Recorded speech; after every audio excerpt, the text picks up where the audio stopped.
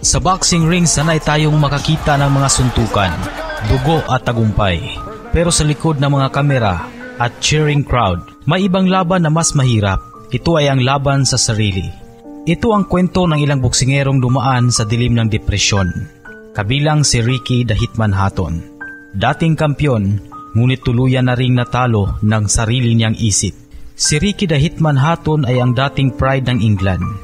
Siya ay isa sa pinakasikat na boksingero noong 2000. Laban niya ay si Manny Pacquiao at Floyd Mayweather Jr. Parihong nagbigay ng matinding dagok sa kanyang karera. Pagkatapos ng pagkatalo kay Pacquiao noong 2009, bumagsak ang mundo ni Hatton. Naging malayo siya sa pamilya, nalulung sa alak at umamin na nagtangka siyang magpatiwakal. Sa isang interview, inamin niya, I used to sit there with a knife, sometimes I come back from the pub. Pero sa tulong ng kanyang mga mahal sa buhay at therapy, bumangon si Hatton. Subalit isang nakakalungkot ang nangyari ngayong taong 2025 dahil natagpuan siyang wala ng malay ng kanyang manager na si Paul Speak nang pumunta ito sa bahay niya upang samahan siyang magbiyahe patungong Manchester Airport para sa isang pinagplanuhang pagbalik sa boxing. Hi guys, Ricky here. In the Tenerife sun. Si Hatton ay huling nakita ng pamilya niya noong September 12, 2025. Tila maayos naman at hindi siya sumipot sa naka-schedule na kaganapan noong September 13. Sa pagbubukas ng inquest sa Stockport Coroner's Court noong ika-16 ng Oktubre sa kasalukuyang taon, inihayag ng senior coroner na ang dahilan di umano ng kamatayan niya ay hanging o pagbitay bilang bahagi ng suicide o pagpapatiwakal. Alinsunod dito, sinabi ring wala namang bakas ng foul play o walang hinala ng krimen. Siya ay kilala sa publiko na may matagal na laban sa depresyon at mga isyo sa paggamit ng alkohol at droga. Siya ay kilalang boksingero na may karera mula 1997 hanggang 2012 at naghawak ng mga titulo sa light welterweight at welterweight divisions. Noong 2024 na-induct siya sa International Boxing Hall of Fame. Samantalang kung may kwentong mas masalimuot pa, ay isa na dyan si Johnny Tapia. Isang Mexican-American fighter na kilala sa ring bilang Mi Vida Loca o My Crazy Life. Lumaki siya sa hirap, pinatay ang kanyang ina noong siya ay bata pa. Kahit naging world champion, hindi siya nakawala sa depresyon at droga. Noong 2012 natagpuang wala ng buhay sa kanyang bahay.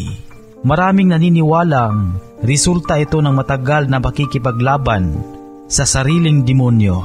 Bata pa lang siya nang pinaslang ang kanyang ina sa mismong harap niya. Isa ito sa mga pinakamatinding trauma ng kanyang buhay. Lumaki siya sa hirap at sa mga lansangan ng New Mexico kung saan nalulung siya sa droga. Iba't ibang klase ng droga habang nagbo-boxing. Ilang beses siyang nasuspinde dahil sa paggamit ng droga, ngunit paulit-ulit siyang bumabalik sa ring at nagtatagumpay. Kilala siya bilang maingay, mapusok at emosyonal. Laging dala ang mga tattoo at mga palayaw niyang Mi Vida Loca bilang simbolo ng magulong buhay niya. Natagpuan siyang patay sa kanyang bahay noong May 27, 2012. Walang bakas ng foul play at ayon sa autopsy, ito ay accidental overdose ng prescription drugs. Gayunman, marami sa kanyang mga kaibigan at pamilya ang nagsabi na matindi na naman ang depresyon ni Tapia noong mga huling linggo ng kanyang buhay. Isa itong tragic ending para sa isang boksingerong pinaghirapan ang bawat tagumpay ngunit hindi tuluyang nakalaya sa mga demonyo ng kanyang nakaraan. Si Edwin Valero naman, ang Venezuelan knockout artist na may record na 27-0. Puro knockout ang laban. Pero sa labas ng ring, siya ay isang taong puno ng galit at depresyon. Naaresto siya matapos saktan ang kanyang asawa at ilang araw lang matapos yon, nagpakamatay sa loob ng kulungan. Isa sa mga pinakamatinding trahedya sa boxing history.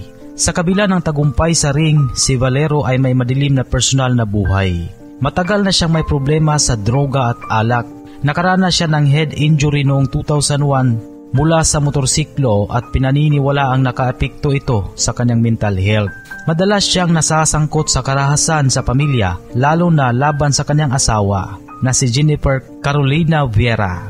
April 18, 2010, natagpuang patay ang asawa ni Valero sa isang hotel sa Valencia, Venezuela. May mga saksak sa katawan. Si Valero mismo ang umamin sa mga pulis na siya ang may gawa. Ayon sa mga ulat, sumuko siya ng kusa sa istasyon ng pulisya kinabukasan. April 19, 2010, isang araw matapos siyang maaresto, natagpuan din si Valero na wala ng buhay sa loob ng kanyang selda. Ayon sa mga otoridad, nagbigti siya gamit ang kanyang pantalon sa loob ng kulungan. May mga haka-haka na posibleng may foul play, pero opisyal na sanhi ng kamatayan ay suicide. Tunay na nakakapanghinayang ang sinapit ng ilang boksingero na sa kabila ng kanilang tapang sa loob ng ring ay hindi nagtagumpay sa sariling laban. Ipinapakita nito na minsan ang pinakamahirap na laban ay hindi sa ibabaw ng lona, kundi sa loob ng ating isipan.